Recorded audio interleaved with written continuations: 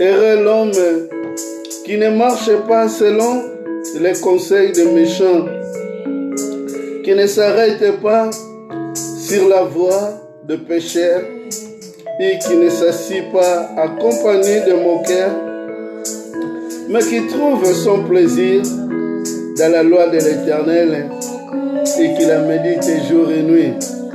C'est le livre des psaumes 1. Alléluia. Il est notre Dieu, il est Dieu qui nous couvre. Il est le Dieu là qui prend soin de nous. Il est le Dieu qui nous aime. Il est le Dieu qui ne nous abandonne pas. Il est le Dieu qui règne, qui continue à régner dans notre vie. Alléluia. Liembananga, alléluia. Azanzamba zamalamu, alléluia. Zambe monene, emacasinanga, abatela kanga, nami pepe mande. Zambe monene, emokonziranga, abatela kanga, nami pepe mande. Amen. Yabe bazan zamba, alléluia. Zambe monene, alléluia.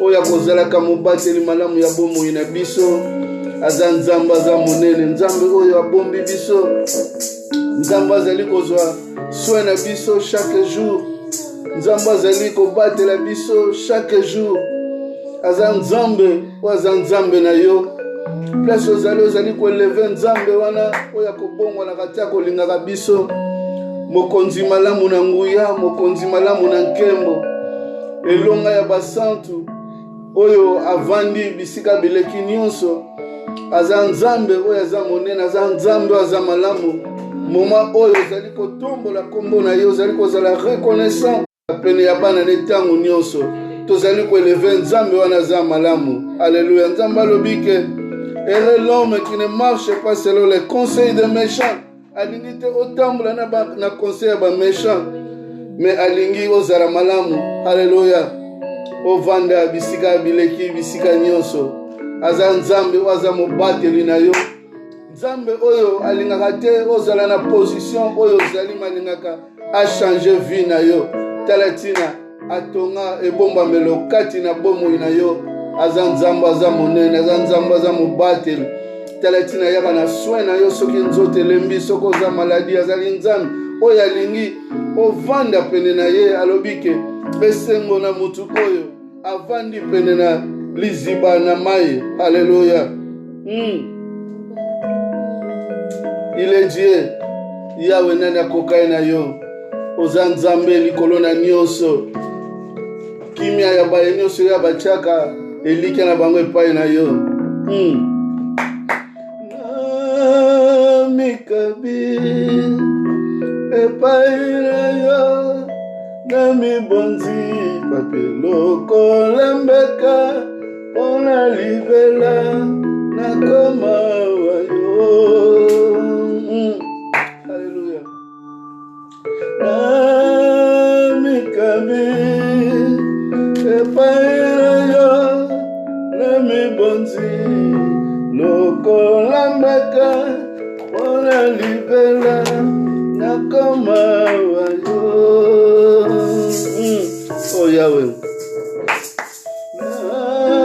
Namikabi epaina yo nami bonzi loko lambeka mona libela nakoma wayo. Yahweh soki obombi ngai te lobe pa nzambe wana soko bombi vi na nga te nzambe mosusu akobomba yango aza te mitike pa ya nzambe wana loba yawe soki yawe yo obateli nga te nzambe mosusu akobatela nga aza te lobe pa ya nzambe wana koza malamu lobe pa nzambe wana tatina na mikabe pai na yo mpo nazalaka na nzambe mosusu te nzambe wana il veut être un enseignant, il veut continuer à être un bon pasteur dans ta vie, dans ma vie, dans la vie de nos églises, dans la vie de nos maisons. Alléluia.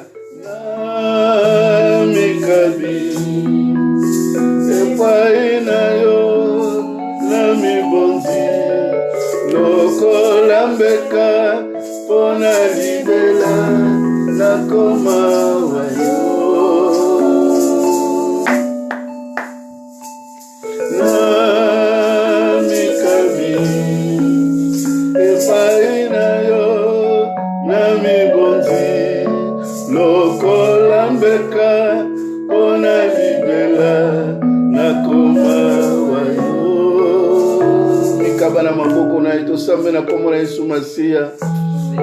Yawe yo oyo zaka libonza ya bomo ina biso nzambe oyo lingaka biso yawe nzambe mosusu azate yawe liboso na biso nzambe mosusu azate devant moi Seigneur je parle notre Dieu si ce n'est que toi le Dieu qui règne qui continuera à régner. Alléluia. Sois béni ma sœur Siska, que Dieu te bénisse.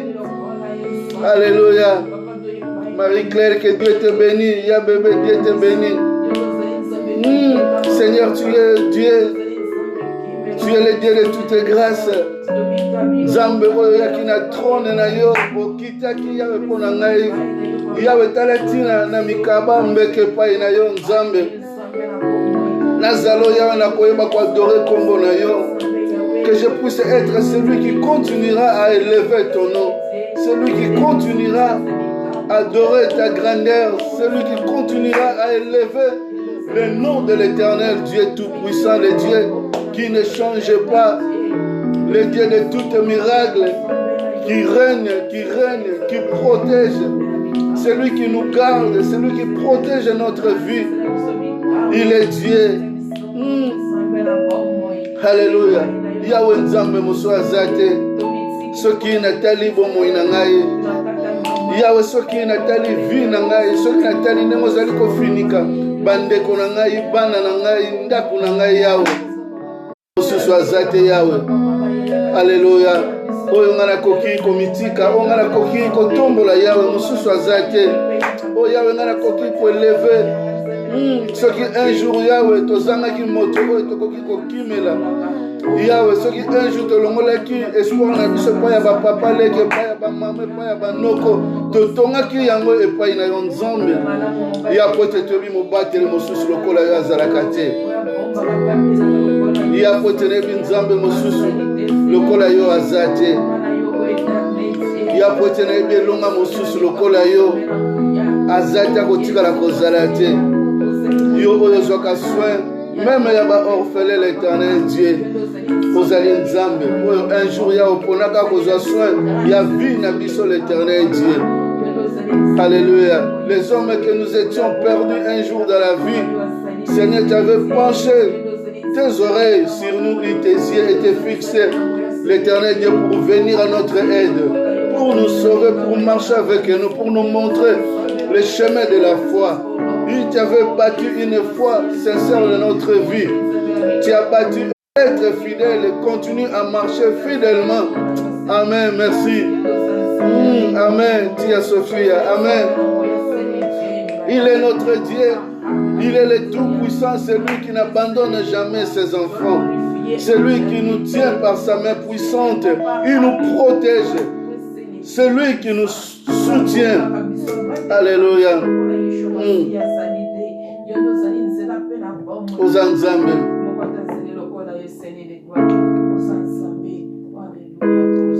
Osusa kokaino ya wazate Yahweh. Ozanzambe Yahweh. Oyo basantu Yahweh. L'Éternel Dieu. batiaka eliki epai na yo.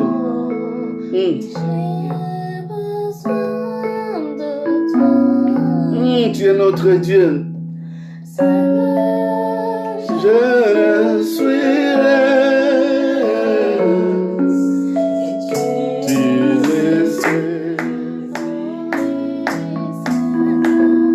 Seigneur, prends soin de moi. J'ai besoin de toi. Jésus, c'est, je ne suis rien. Jésus, c'est, comment pourrais-je vivre ton amour? Comment pourrais-je vivre que tu Seigneur et que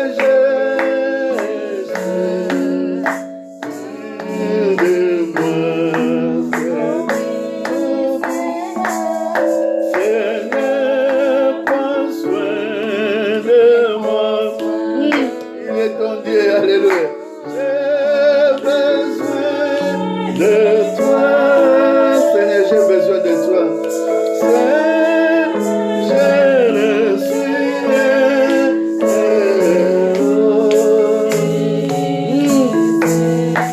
Lobe pa ya nzambe wana ya oyebike na chaka motema na epai na yo.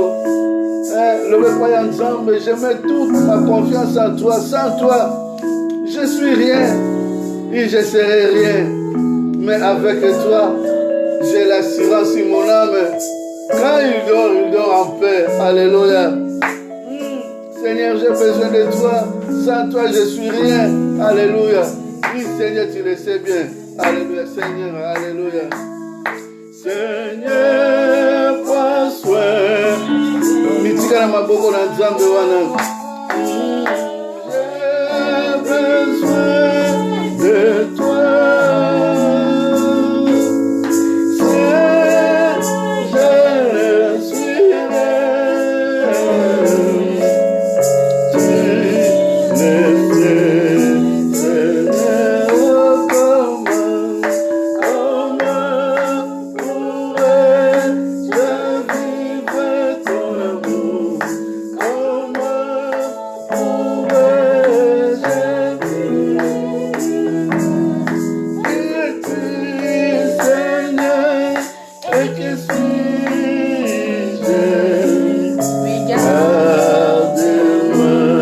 Garde-moi, Seigneur, alléluia.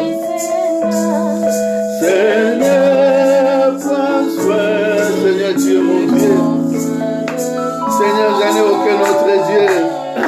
Besoin de toi. Tu n'as que pas une autre âme.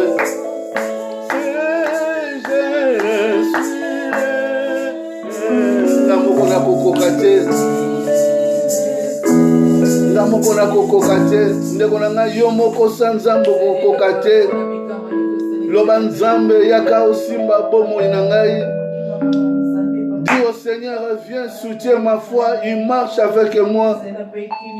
Yo moko kokeloko moko te sa nzambe na bomoi. Yazali elikia na bomoi, elikia na esengo. Aza nzambe oyo azali bolingo. Oza nzambe yawe mosusu aza te. Nzambe tokoki komitika aza te. Semo ya motema na biso yawe ezalaka ntango ozokosimba biso, ntango ozali kotambola na biso, ntango ozali kosala bamerveille kati na biso. Oza nzambe yawe. Nakokaniso na nani? Elikia oyo ya bomo yawe eza yo. Elikia oya esengo eza yo nzambe. Alléluia. Alléluia. Seigneur, nous approchons de toi.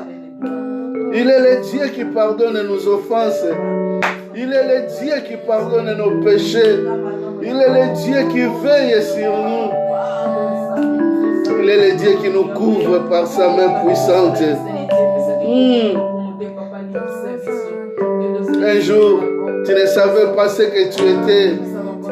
Mais tu avais besoin de Dieu pour te soutenir, pour te lever, pour te pousser à aller en avant. Alléluia. Un chrétien. Un chrétien, je croyais être, mais j'ignorais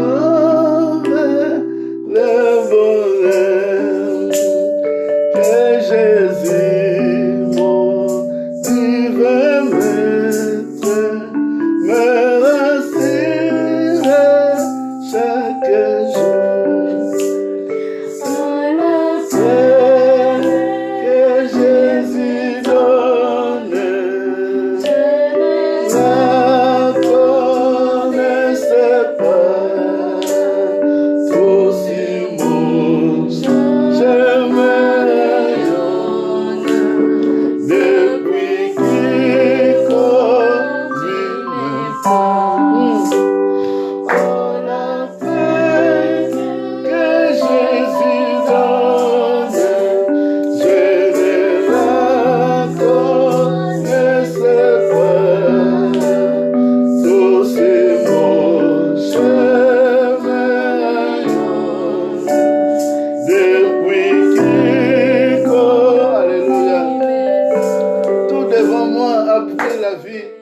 Depuis que Jésus a pris ma vie par la main, tout sur moi avait la bonne souffle parce qu'il y avait le Seigneur qui avait soutenu ma vie. Alléluia. Tout prend vie dans ta vie, tout prend marche. Quand tu t'abandonnes dans la main du Seigneur, quand l'Éternel marche avec toi, quand l'Éternel te donne sa paix, mon frère, ma soeur, il y a Dieu, alléluia, il y a une souffle qui continuera, il y a une force qui continuera à marcher avec toi, alléluia. Ma conduite, que Dieu te bénisse, que l'Éternel soit avec toi, que la main du Seigneur te couvre, toi et ta maison, alléluia, amen. Quand la paix du Seigneur est sur toi, plante la paix de Dieu dans ta vie, dans ta maison. Plante la paix sur ton couple.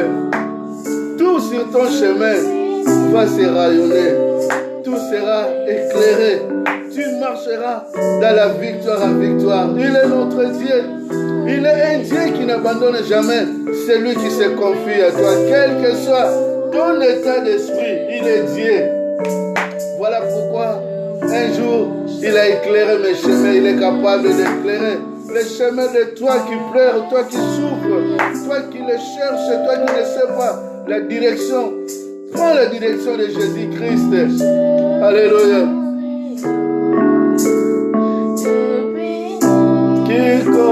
Depuis qu'il conduit mes pas, alléluia. Oh, la paix que Jésus donne, je ne la connaissais pas. Tout sur mon chemin rayonne. Depuis qu'il alléluia. Depuis Nzambe wana azwa vie na ngai. Depuis Nzambe azwa vie ya bomoi na ngai. Ndeko na nga pesa vino na maboko na Nzambe. Tu n'auras pas de regrets. Nzambe wana kotambola na yo. Nzambe wana kokamba yo. C'est lui qui éclaire nos chemins. Alléluia. Il va éclairer tes chemins. Poete omona mabakute, poete obeta mabakute. Misone komona même esika libulu ekozala. Ya kopeso bososoli. Il est Dieu. Alléluia. Oza Nzambe Yahweh. Nzambe mosusu azate. Depuis Seigneur, alléluia, que tu marches avec nous. Ce sont nos chemins qui rayonnent. Ce sont nos chemins, l'Éternel Dieu. Alléluia. Tu es Dieu. Il est digne. Le Dieu qui pardonne le péché, le Dieu qui veut que nous pardonnons aussi nos ennemis. Alléluia. C'est t'aime que la vie. Je suis l'amour. Seigneur nous a aimés. Le Seigneur nous a aimés. Alléluia. Le Seigneur nous a aimés comme on n'a jamais aimé. Chaque jour, que nous partageons les paix, nous donne sa victoire. Et le pain de l'amitié, le pain de vie. Je t'aime Jésus, c'est mon corps, il est Dieu, oh digne tu es. Et mon sang, car je suis la vie, et je suis l'amour, oh Seigneur, accorde-nous de toi. Il est Dieu, Seigneur, apporte-nous, garde-nous Seigneur par ton amour, garde-nous Seigneur par ta puissance, garde-nous Seigneur par ta main puissante, protège Seigneur. Alléluia, protège nos maisons, nos corps qui sont le temple du Saint-Esprit. Protège chaque maison, Seigneur, que tu as fait la maison de la prière. Protège l'Éternel de chaque famille que tu as fait la cellule de prière. Seigneur, continue l'Éternel Dieu à lancer tes regards sur nous. Oui, Seigneur, écoute nos prières de chaque jour. Que nous continuons à demander à toi, que nous continuons à nous laisser par ta main pour que tu puisses nous protéger. Seigneur, construis en nous les barrières de protection. Garde-nous, Seigneur, garde-nous. Nous abandonnons, Seigneur, notre vie entre tes mains. Car tu es le Dieu. Alléluia, car tu es le Dieu tout-puissant. Tu es le Dieu de toutes grâces. Nzambe oyo limbisaka masumu ya bana na yo. Ozali Nzambe Yawe. Nzambe mosusu aza te. Ozali Nzambe likolo na nyonso. Alléluia, kolo Yesu. Alléluia.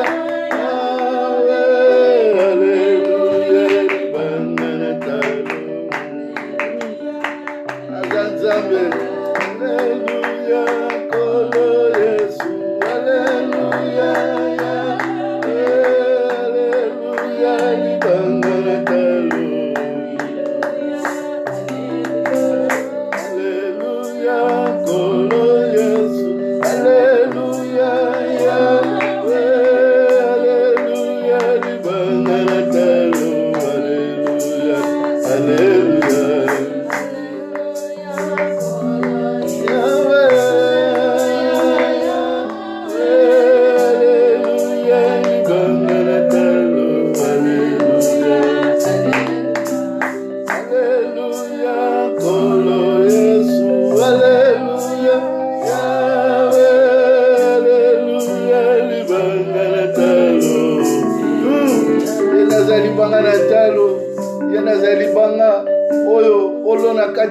Na Yesu Masiya esika oyo avandi eninganaka te, esika oyo avandi epanzanaka te, esika oyo avandi kimia ezalaka, esika oyo Yesu avandi quelque soit tempête aveyaka, quelque soit okoki kovanda na faiblesse.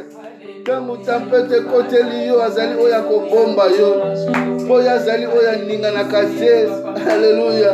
Aza Nzambe oyo avandaka na bomoi na biso, libanga ya coin oyo aprotejaka, oyo meme soki diable ye akota akokota te po soki akuti présence ya Christ.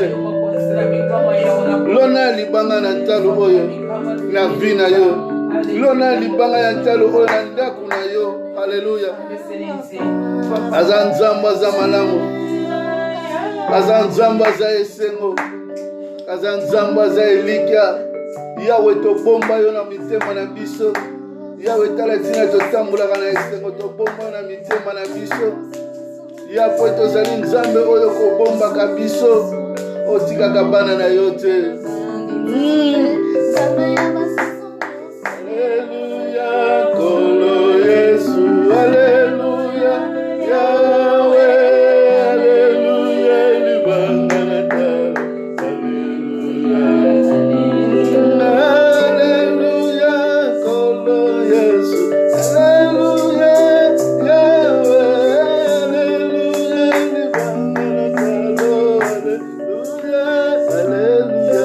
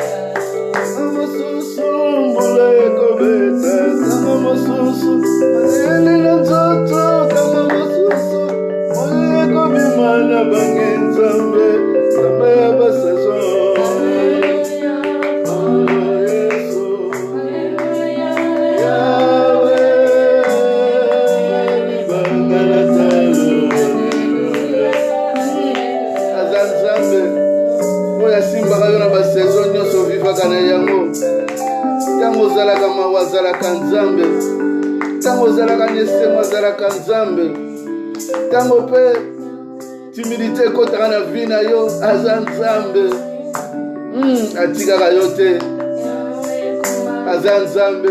Alleluya, aza nzambe likolo na nyonso. Yawe toeleve nzambe nini. Oza nzambe oyo vanda na mitema na biso, oyo salaka makambo bato basalaka te. Alléluia, merci Jésus. Nzambe oza malamu Yawe, netolama zala eleve mokonzi na nyonso. Nzambe oyo obomonaka te. Yawe kumama, Yawe kumama, Yawe kumama, Yawe kumama, Yawe kumama, Yawe kumama, Yawe kumama, Yawe kumama, Yawe kumama, Korona kumama, Yawe kumama, Korona kumama, Yawe kumama, Yawe kumama, Yawe kumama, Yawe kumama, Yawe kumama, Yawe kumama. Oza nzambe Yawe. Yawe nekokumisa monene na yo, nekokontinue koeleve yo nzambe oyo kosimbaka bomoi na biso, nekokontinue kotombola yo nzambe oyo kobomonaka ti okolingaka biso, nzambe okoprotegeaka esika oyo Yawe loboko no na nguya na nkembo evandi. Yawe nani sumu takoka kovanda. Yawe esika oyo nzambe ozwa vi na biso, ozwa kontrole ya biso Yawe. Mosusu aza te nkolo oyo biso tokoki komitika. Oza nzambe ozalaka malamu na biso, otikaka biso te. Mokonzi na nguya oyo vandi bisika bileki nyonso, nzambe ya elevation ya vi na biso, nzambe ya elevation ya bana na biso, nzambe oyo veyaka na vi ya moko na moko. Yawe kumbama na yo, Yawe zala eleve, zala mokonzi, zala mobikisi, zala elikia nkolo Yawe. Yawe tokokaniso na nani, ozali kopesa biso vi chaque tongo Yawe. Ozali kobomba biso na makilana, ozali koprotege esika oyo bato bakoki koprotege te. ozali komona bitumba na biso na profondeur na yango yawe esika o l'éternel Dieu bato mosusu bakoki komona te. Alléluia. Sois béni Sophie. Aza nzambe elonga malamu, nzambe oyo protégeaka biso liboso ya benemi na biso. Oza nzambe mimonisa yawe. Yawe tala opesi biso grâce. Yawe tozelaki de confinement. Yango de confinement l'éternel Dieu eye. Yawe opesi biso résistance ya ko résister pendant temps oyo mobimba nkolo tokokaki yawe kolo. Alléluia. Kozala étouffé na ba maladie na ndenge na ndenge. Kasi yawe akorde biso grâce l'éternel Dieu. Ya pote toza ya yo. Alléluia. Ya pote toza ya yo. Yango batelaka biso. Ya pote oza mokonzi na biso. Toza ya yo yango nkolo. Osimbaka biso zali malamu. Oyo akokai no yawe aza te. Mosusu akokai na yo yawe aza te nzambe. Yawe nazaka mobateli na ngai. Quel que soit ya benemi bakotelamaka yo kozalaka nzambe. Yawe quel que soit ya bakotangelanga mabe yo ozalaka nzambe. Yo yebaka ona yebi na ona yebi te nkolo. Nga obele na mitika ke pai na yo le vrai juge. Juste juge. Alléluia. Oza nzambe. Alléluia.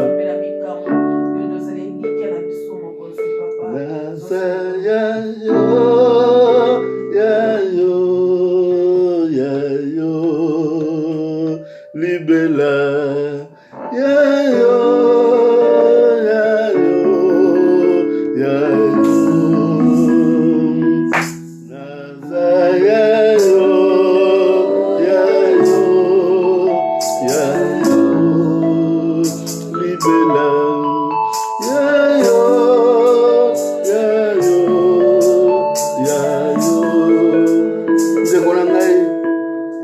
solo nzambe wana zalaka ya yo zalaka ya nzambe. Lobe pa ya nzambe wana yeba ko couvrir vie na yo. Yende mutabomba ki yo. C'est lui qui nous garde même devant tous les jours solaires de ce monde qui nous persécute. Il est le Dieu qui protège ses enfants. Ya bomba rabiso za ya yo. Oza ya ye. Akotika yo ta ko veiller. Ko se lâcher te. La kisa nzamba na kenaza ya yota latina. Bible zali koloba na biso apusa na kapena bai bako pusa na kepai na ye lobe pa kenaza ya yo. Na yebisinga loketo te ko protéger ngai. Ko bomba nga devant maladie si ce n'est que makila na parce que naza ya yo. Alléluia. Oza nzambe. Naza ya yo. Ya yo. Ya yo, libela. Ya yo, ya yo, ya yo. Naza ya yo, ya yo, ya yo. Bela. Ya yo, ya yo, ya yo. Ya yo nazaka ya yo. Ya unazaka na ya yo. Tala butuna moi na yeba komitike pai na yo. Ya na yeba kesoki yo simbi ngate. O simbi ndako na ngate. O simbi bana na ngate. Ya o simbi bandako na biso te. O simbi ba couple na biso te. O simbi ba église na biso te. Ya mosusu ako simba ko protéger. Ako zalate. Oh nzambe na bomoi. Yawe tala ennemi. Bible lobi akopusa na kape na biso lokola nkoi. Yawe azali koluka tangu nyonso nani akoki ko dévorer, nani akoki ko racher na nzela na yo. Yawe batela biso. Yawe batela vie na biso. Yawe batela vie na ngai. Batela yo oyo za mokonzi. Batela yo oyo za elikia. batela nzambe na biso ya moswako ko batela biso ya wazate. Haleluya. Ya tomitika na maboko na yo ya poete esika mosusu tozwila esemo yawe ezate ezaka obele pai na yo yawe. Combien de souffrance ekabla ki vi na biso, combien de souffrance continue ezali ko continuer ko kable ko étouffer ma vie na biso, kasi yawe tolobi toza ya yo, toza ya yo nkolo, toza ya yo nzambe, bandako na biso eza ya yo yawe.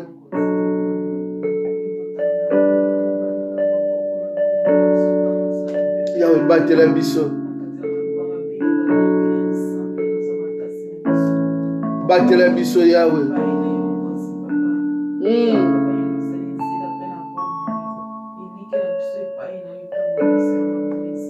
Yawe za nzambe ya mosusu akoki ko protéger biso devant ba flèche du malin azate yawe.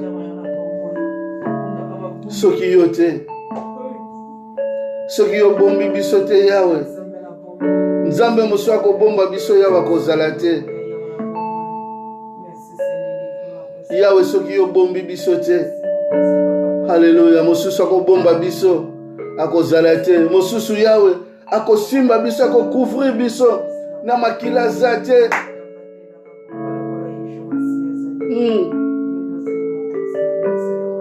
Haleluya.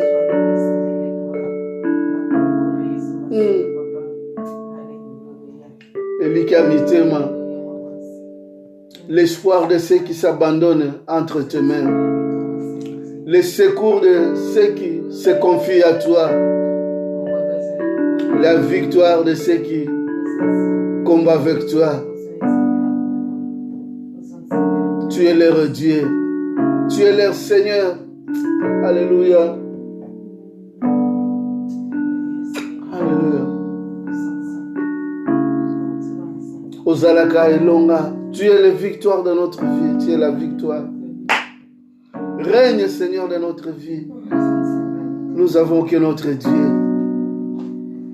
à qui, Seigneur, nous pouvons nous abandonner, si ce n'est qu'à toi, Seigneur. Alléluia.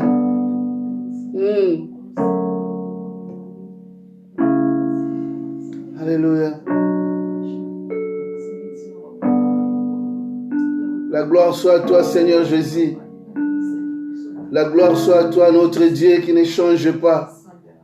La gloire soit à toi, Seigneur. Quand nous voyons le soleil, encore, Seigneur, nous pourrons sortir librement, Seigneur.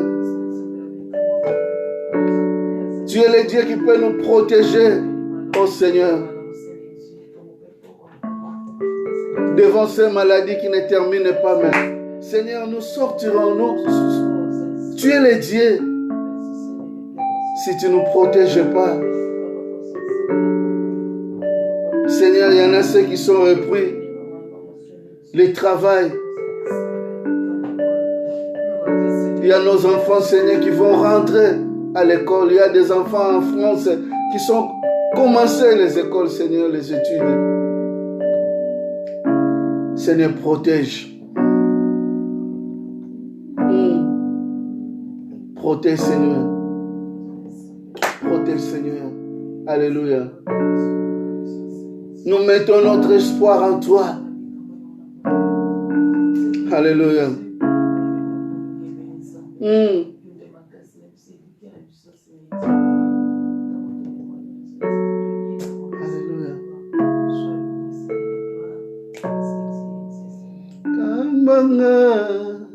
Kamanga, Yesue. Kamanga, Yesue. Onanga imoko, tambe nako kite. Yakawa kamanga, katina mokile yo. Oh, kamba Yesue, kamanga, Yesue, kamba Yesue, kamanga,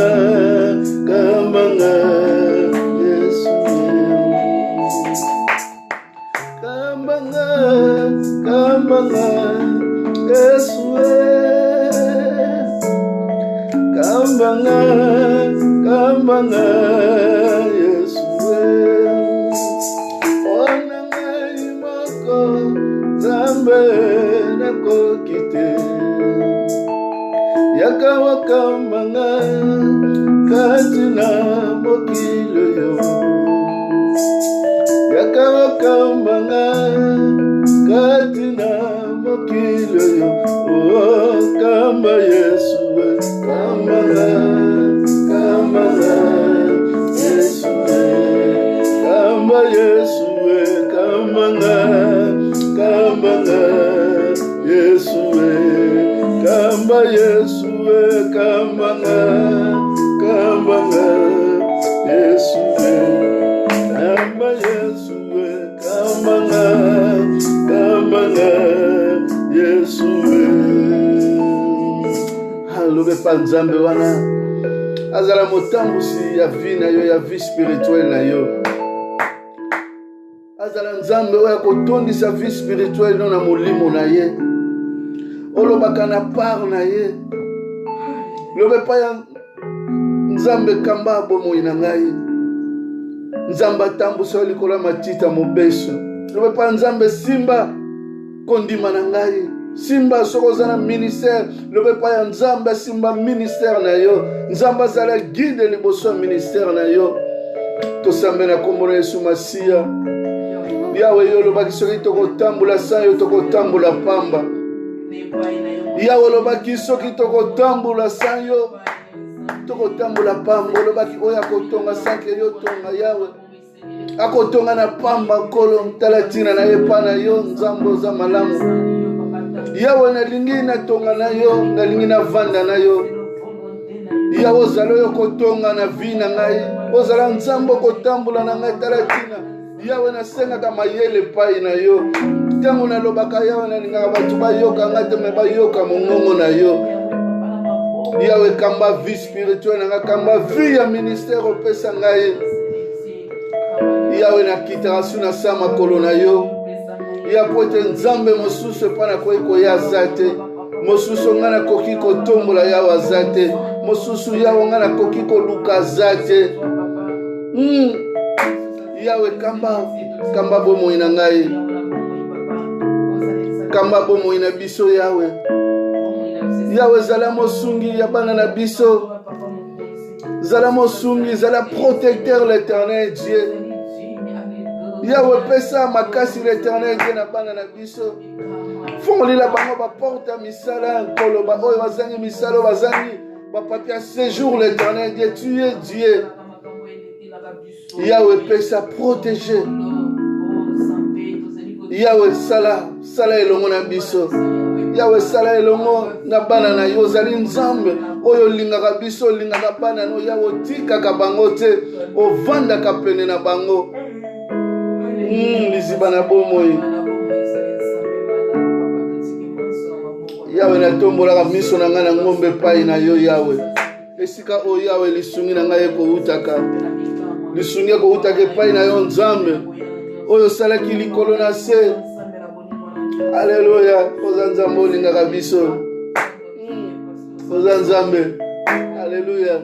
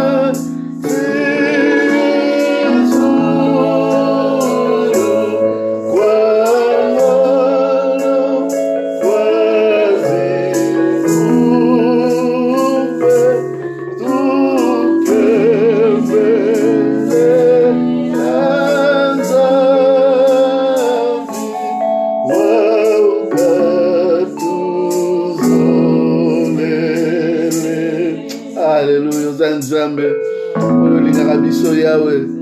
Oza nzambe oza mokonzi na biso. Ozali elonga ya bomoi na biso. Ozali nzambe. Alléluia. Yahweh, tokumbisaka ya poète ozali oyo ozali ko régner na nyonso. Tu règnes dans notre vie, tu règnes dans le monde. Seigneur, nous t'adorons. Alléluia, parce que toi tu nous fais du bien, Seigneur. Ton nom est grand, l'Éternel Dieu. Toi tu nous aimes, l'Éternel. Voilà pourquoi nous t'adorons. Nous t'élèvons, l'Éternel Dieu. C'est toi qui avais envoyé Jésus-Christ qui était venu pour nous sauver, pour nous libérer dans le péché. Voilà pourquoi, Seigneur, nous t'adorons. Alléluia. Seigneur, parce que tu nous avais fait tes enfants, Seigneur. Voilà pourquoi nous t'adorons. Tout que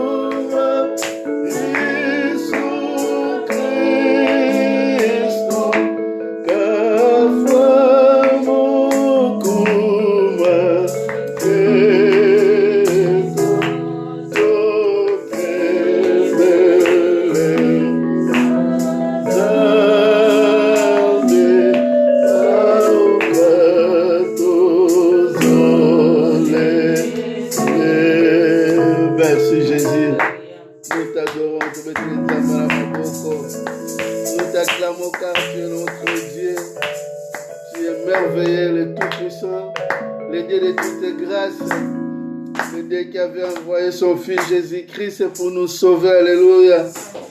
Il est digne. Nous avions commencé notre prière sur dans le livre des Psaumes 1. Psaume 1 où la parole nous dit que heureux l'homme qui ne marche pas selon les conseils des méchants. Alléluia. Qui ne s'arrête pas sur la voie des pécheurs. Heureux l'homme qui ne marche pas selon les conseils des méchants, qui ne s'arrête pas sur la voie des pécheurs et qui ne s'assied pas en compagnie de moqueurs. Alléluia. Mais qui trouve son plaisir dans la loi de l'Éternel. Il médite la loi de l'Éternel jour et nuit. Heureux l'homme. Cet homme heureux que Dieu veut que nous soyons. Homme heureux qui ne s'assied pas en compagnie de moqueurs. Yabato lukuta. Yabato kanda. Nzamba zali koloba esengo na moto oyo. Avandaka. Pene ya batu ya mabete, batu ya lokuta, ba mauvais compagnon. Nzamba lingi tozala mosika na bango. Nzamba lingi tovanda mosika na bango. Hallelujah. Ya batu oyo balobaka mabe na yo, ya batu oyo balobaka mabe na biso, ya batu oyo se di esika ovandi. Nzamba lobi soki ovandi esika ya moto oyo. Akotisaka yo makamba mabe, abetsaka yo mabaku. Nzamba lobi kovanda pene ya batu wana te bazali batu ya lokuta, batu oyo bamemelako basango oyo ebebisako mutuba. Se batu nyonso baseluanyaka yo na verite ya makambo na Nzambe. Nzamba lobi vanda mosika na bango soko lingo zala moto na esengo. Esengo na moto wana. Alobi kima mosika na bango. Kovanda pene ya batu ya mabe bakoki kobebisa vision na yo. Bakoki kobebisa esengo oye vandi epai na yo. Mais David alobi esengo na moto wana avandaka mosika. C'est David abenga bato wana ba méchant. Oto ko traduire ndenge tobaki mokolo wana na livre Jean Jésus azobenga bango ce sont des voleurs. Ba miyibi o bayaka ba yibi yo kimia alongoli yo nyonso. Lelo nazali ko méditer na bino parole moko ya mukuse na livre ya Romain 8 esika oyo apôtre Paul azoko conseiller ba Romain azali ko conseiller bango ke bozalaka batu ya kanda te. Alobi bozalaka batu oyo boko limbisa. Abi bozalaka batu oyo apôtre Paul alobi même batu banyongo na yo okoki ko limbisa bango.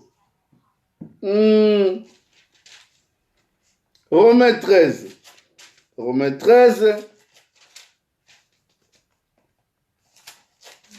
alingo zala mutu oyo ozwaka plaisir na yo na liloba na Nzambe, ozwaka esengo na yo na komedite liloba na Nzambe, osalaka makambo na yo na komedite liloba na Nzambe, ovandaka mosika ya baye nyonso oyo bazali kotufe yo.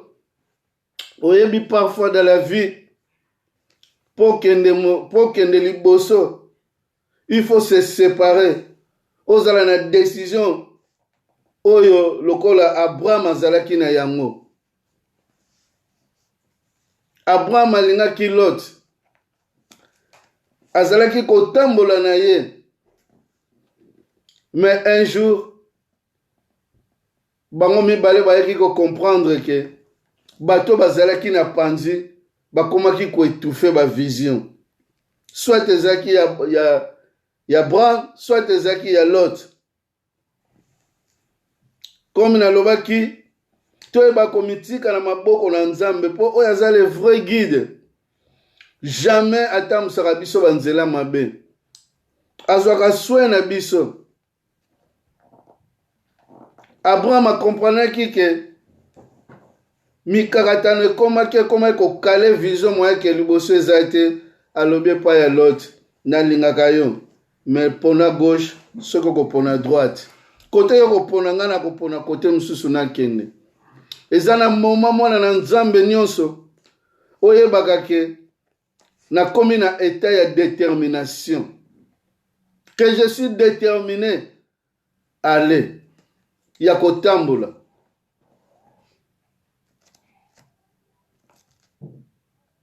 Lot azaki nécessaire pa ya Abraham, pas simplement azaki nevene, mais abanda pe occupé par ya vie sociale ya mboka bazalaki. Mais il fallait Abraham azwa courage. Lot okoli, Lot okomi na ba travailler, Lot okomi ko pa mama, Lot alors pona na gauche pona na droite nga na kende kote yo kotika. Mais lelo nangi na bakisango na livre oya Romains 13:8 pardon.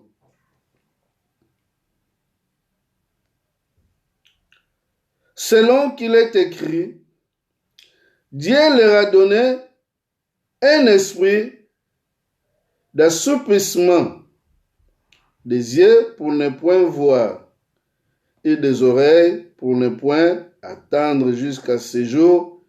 Il dit, pardon, je me trompais, 13:8, ne devez rien à personne. Alléluia. Ne devez rien à personne. 13:8, Romains 13:8. Romains 13, 8. Ne devez rien à personne, si ce n'est de vous aimer les uns les autres. Car celui qui aime les autres accomplit la loi. Ne devez rien à personne. Ne devez rien. C'est-à-dire, kolinate ozala na banyonga muntu. Kolinga pete mutaza na nyongo na yo. Na vie. Pour un jour, okolinga okabwana mutu wana tangu musu na kanda. Kobia mutu wana kima yo sans cause. Kozala na nyongo ya mutu te ndenga apôtre Paul azali konsene biso.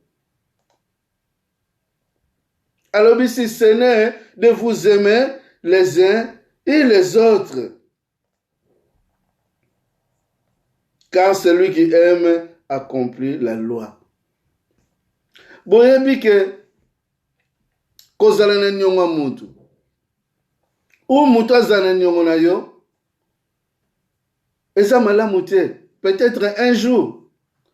Bokoki kokabwana na kanda. Peut-être un jour. Mutu wana koki kozwa yo mabe. Peut-être un jour. Yo koki kozwa mutu wana mabe. Tala tina. Apôtre Paul a enseigné biso que faites-vous attention. C'est dit, bosala na bokebi.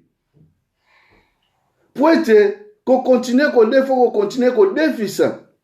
Un jour, oya ko kansake, kandande mutu, yeba ko résoudre ba problème.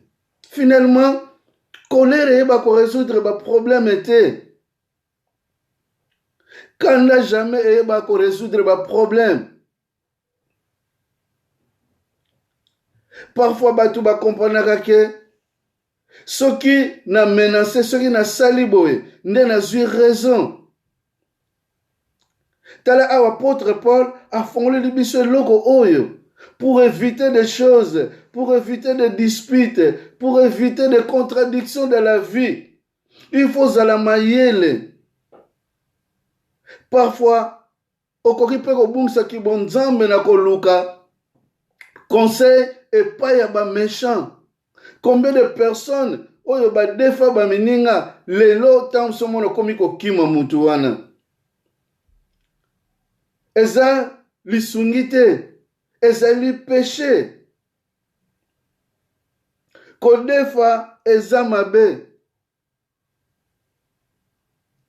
Talatina kote mususu nzamba loba na bana Israël ke bino boko defa te me boko defisa. Alléluia. Boko defisa. Ne devez rien à personne. Au contraire, construisez-vous l'amour de vous aimer les uns et les autres. Pour ceux qui na lingi yo, ou bien yo lingi ngai, na kozanga, na kansa, na kokabela yo to yo kokabela ngai. Mais na kodefisa, ou bien na kodefa, oyo nga na kokana nga kofuta te, un jour, ndeko na nga ebotaka péché. Ebotaka péché. Nous devons faire tout yako se libérer. Naba obstacle, oyo peut-être quoi cause l'obstacle, na vie spirituelle na biso. Oyebi ke na vie, mutana ta msusu, olingake mingi. Yepa lingako mingi. Mais kaka po odefa ye ebele okomi kokima ye. Oboy kutubo kutana na nzela. Alors que peut-être momana mutuana azana posa na yo. Ou bien momana yo pe ozana posa na ye. Voilà pourquoi conseil oyo apôtre Paul azopesa biso ezali pona nini?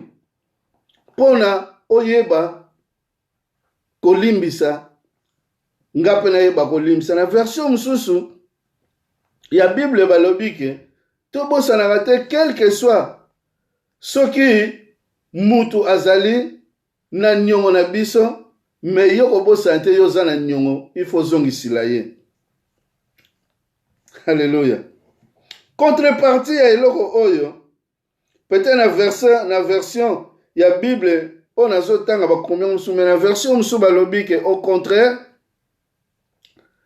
oyo bino bokoki kozongisa epai ya bato, ezali amour, paix, pardonner comme Dieu vous a pardonné. C'est-à-dire au contraire, biso nde bato koki, nakoki kozongisa, c'est-à-dire kolinga, na kolimbisa, lokola biso pe nzambe alimbisa biso. Na version mususu ya Romains 13, bakomi lango ndenge wana na bato, boza na ba version mususu bokoki kotanga. Yango monike, soki oyeba kolimbisa te, kodefisaka te, kodefaka pe te. Pour un jour, ekoya koboti lo péché na mutema. Alors nzambe alingi to continuer ko se aimer. Continuons-nous à nous aimer les uns et les autres. En faisant cela, c'est que nous accomplirons la loi de l'Éternel. Boyebi ke na vie, peut-être so na zolo bilanyongo, oko defa, toya ozwaka ta musu nyongo ya kodefa biloko, ya kodefa bambongo, ya kosala boye. Mais na vie, tozana bato ebele, nous avons beaucoup de gens oyo ba déranger vie na biso. Oyo peut-être yonanga tokoka kolimbisa te, mais tovanda na culpabilité. Ezana mususu bayiba ye alobaka bayibanga bonheur. C'est mutu moko avanda nanga ayibanga bonheur. C'est-à-dire abebisa bonheur. Mususu abebisa parti ya vie na ngai.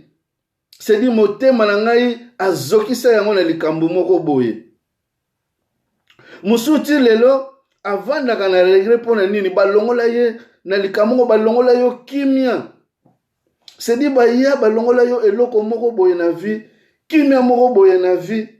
Oyo epai na yo o regreta ke sala ka yo passe, peut-être ko limbisa te za déjà ke nyongo mobimba o mutu aya alongola yo o ekoka kozonga te.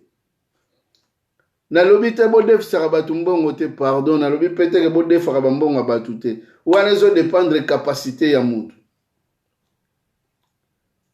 Na lingo fongola yo oyeba ke tango oyebaka ke il fallait na vivre bonheur moko boye.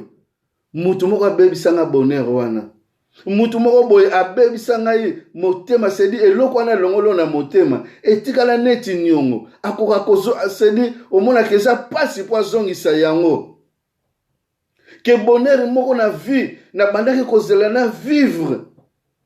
Me balongola ngai yango ezali okotisa mutu nyongo oyo lingaka mutu azongisa, c'est dit eloko moko ezonga, peut-être omonaka eloko ana jamais koza so réparer ke eloko ana mutu asala ah là là, soko kanisi yango lobi surtout soko ezwa yo parti moko ya vie elongola yo esengo moko na vie, oyeba ke mutu jamais mutu akoki kozongisa eloko wana. Ba famille mususu ekabwana pona nini ke un tel entre guillemets, un tel alia mwana na ngai, un tel alia boy, un tel abomanga papa. C'est dit vide wana nyongo wana muta kwa kozongisa ngo na vie ya zate. C'est dit balongola yo kimia moko na motema. Oyo mutu akoki kozongisa eloko wana azate. Osantaka yango, osalaka sambla na yango. Eloko papa leka salanga, oyo pasteur asalanga, oyo ma pasteur asalanga. C'est dit etikala yo nyongo, ezali nyongo oyo lingaka, azongisa kimia na me en tant que humain. C'est-à-dire adefa yo eloko oyo motuya na vie, oyo jamais un jour akoka kozongisa.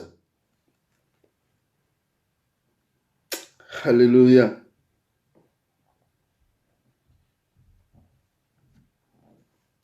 yango epai apôtre Paul alobi ke au contraire na ba oyo boza na ba version wana na kosepela botanga yango alobi au contraire c'est vous que vous avez la dette. En tant qu'apôtre Paul parle aux enfants de Dieu transformés, changés par la parole de Dieu. Il parle aux enfants de Dieu qui ont reçu Christ, les enfants de Dieu baptisés, transformés par l'eau d'immersion, qui ont reçu l'Esprit Saint. C'est-à-dire, apôtre Paul parle que c'est vous que vous devez à ces hommes-là. C'est-à-dire, yo mwana na nzambe, yo nde mutoza sikoyo, ozongisila ye nyongo wana, c'est-à-dire, ozongisa esengo. Yango pa yalobi ke votre, c'est-à-dire, notre devoir est d'aimer comme Dieu nous a aimés et de pardonner comme Dieu nous a pardonné. Alléluia. Voilà pourquoi Christ a dit à ses disciples dans la prière de notre Père, quand vous allez prier, dites quoi? Pardonnez-nous, comme nous pardonnons aussi ceux qui nous sont offensés. Alléluia. C'est dit, bino, nzamba limbisa yo lokola yo limbisa rabatu, mais yo ozana nyongo ya mutu oyo, mutu moko azana nyongo ya likambo sala yo, oyo nanu limbisa te.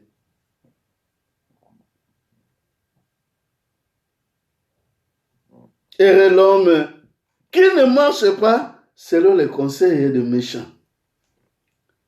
Que la méditation de la parole de Dieu qui restaure l'âme et sa vie. C'est-à-dire quand tu as la parole qui restaure âme et esprit, c'est-à-dire dette wana, c'est-à-dire la dette ou le jugement, tu le laisses à Dieu seul, le vrai juge. Le vrai juge, c'est lui qui juge. Oyakata kamakambu, esa moko nzambe. Alléluia. En tant qu'humain, naye bagake ezana makambo eza pasité na vie. Parfois, okoloba a passer likambo opona ne salamila yote, na ne kota yote.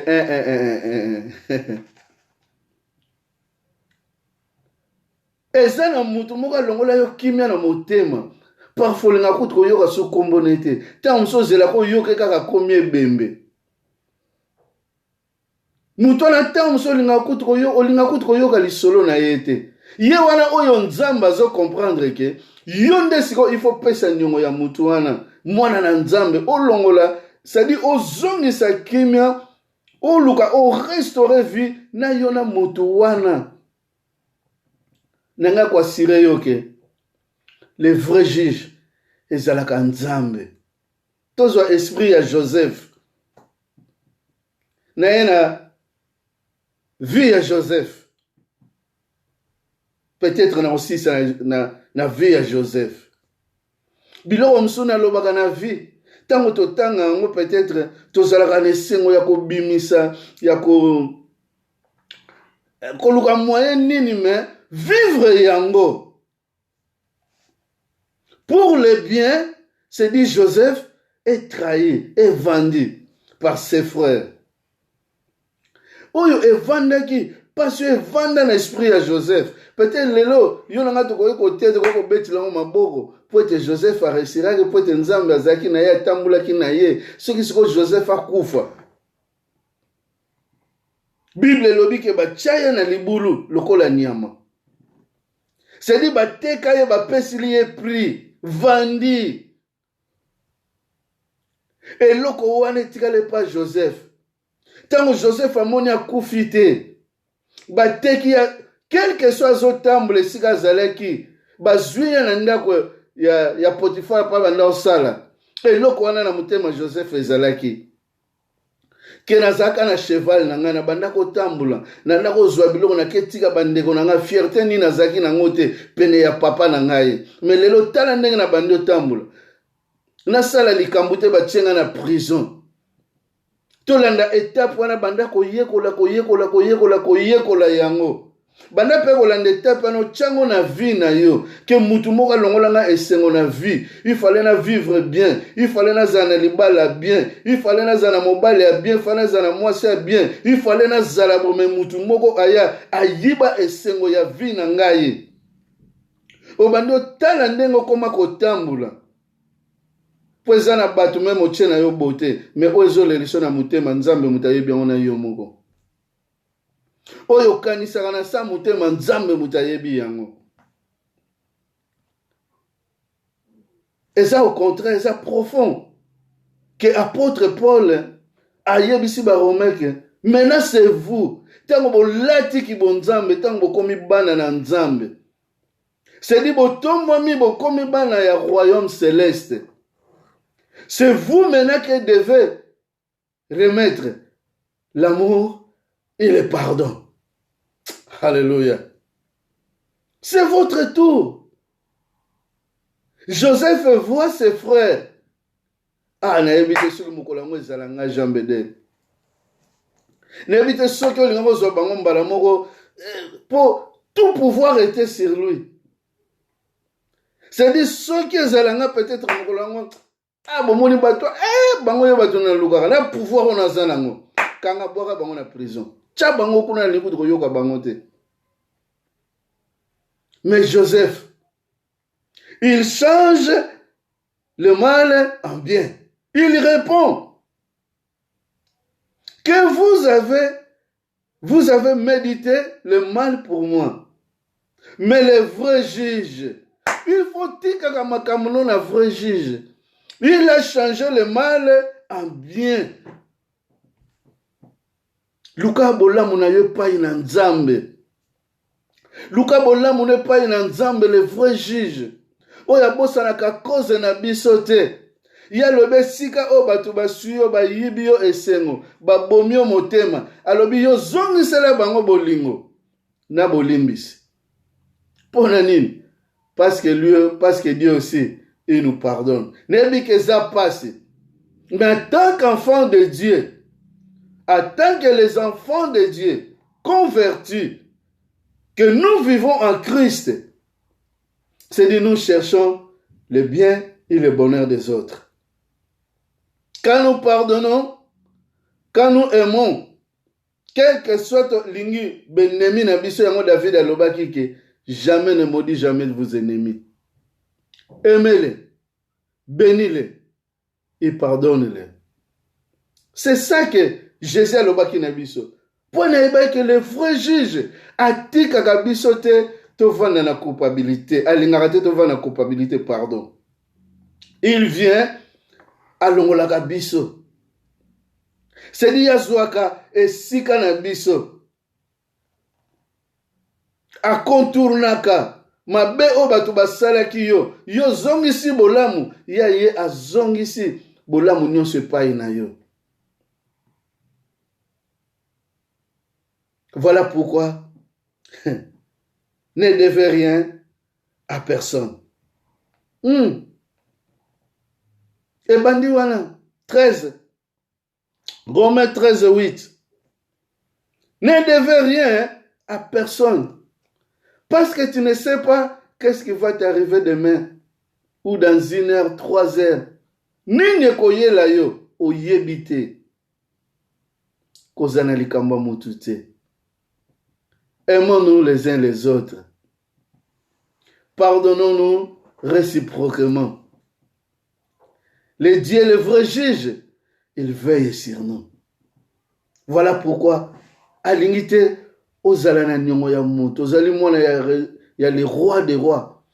Tu es le prince, que la princesse que Dieu a choisi. Nzambe alingi yo ozala héritière na ye. Alors muto mataka azalaka héritière nzamba tombola azalaka pepele. Alléluia. Alléluia. David alobi benemi nanga bakufa te. Oya salaki o motema a créé que ennemi na motema na yo. Un jour akobeti lo maboko. Akoloba ya solo oya zana nzambe. Alléluia. Akoloba oya zana nzambe. po ako comprendre yo te. Tango ya kolinga yo kima ye yo kange na liboko, oyebise que je t'aime. Aïe, aïe, aïe, aïe, aïe. Il est Dieu. Tu es merveilleux, notre Dieu. Le Tout-Puissant, le Dieu que nous nous abandonnons. Seigneur, apporte la paix dans notre vie, dans ma vie. Apporte la paix dans la vie de ton peuple. Enseigne-nous, Seigneur, ta parole en profondeur.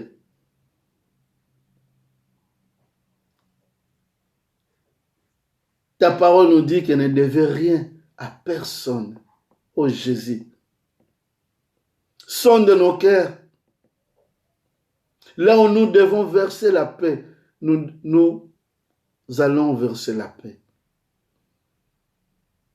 Là où ils ont besoin de notre pardon, Seigneur, pour que nous puissions pardonner.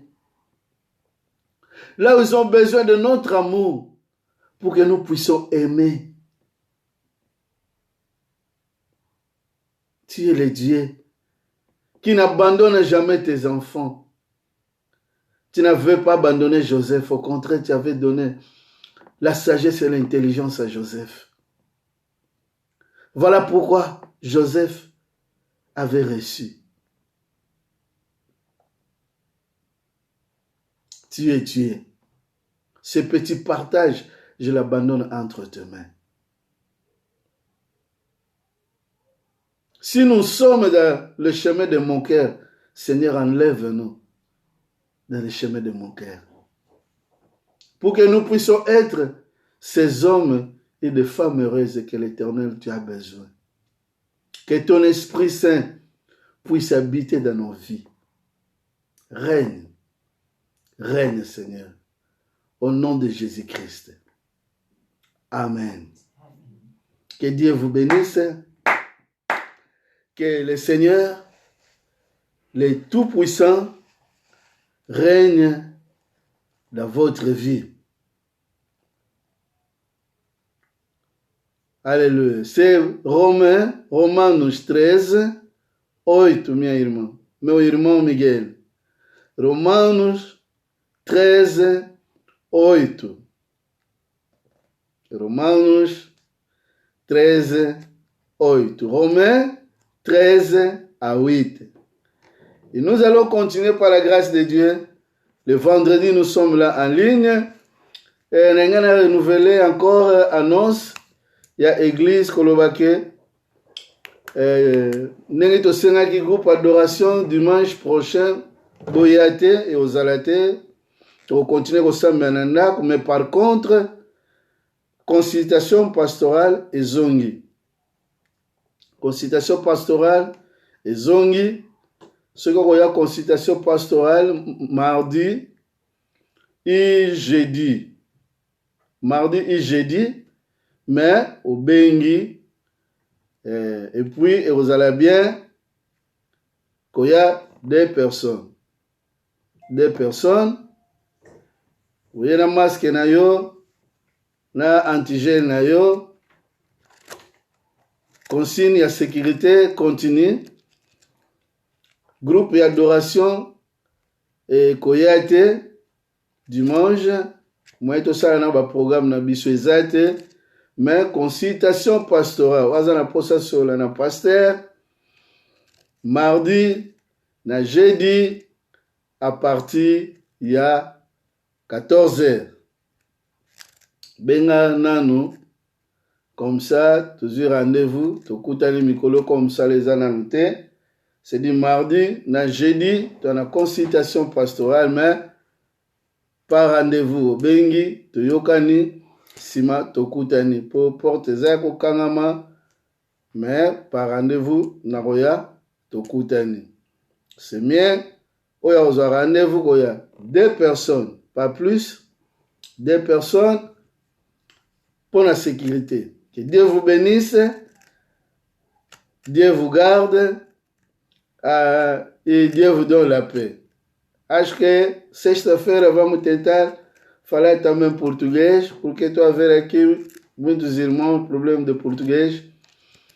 Vamos fazer isso na sexta-feira. Que o Senhor vous abençoe. Que Dieu vous bénisse. Bonne soirée et bon appétit.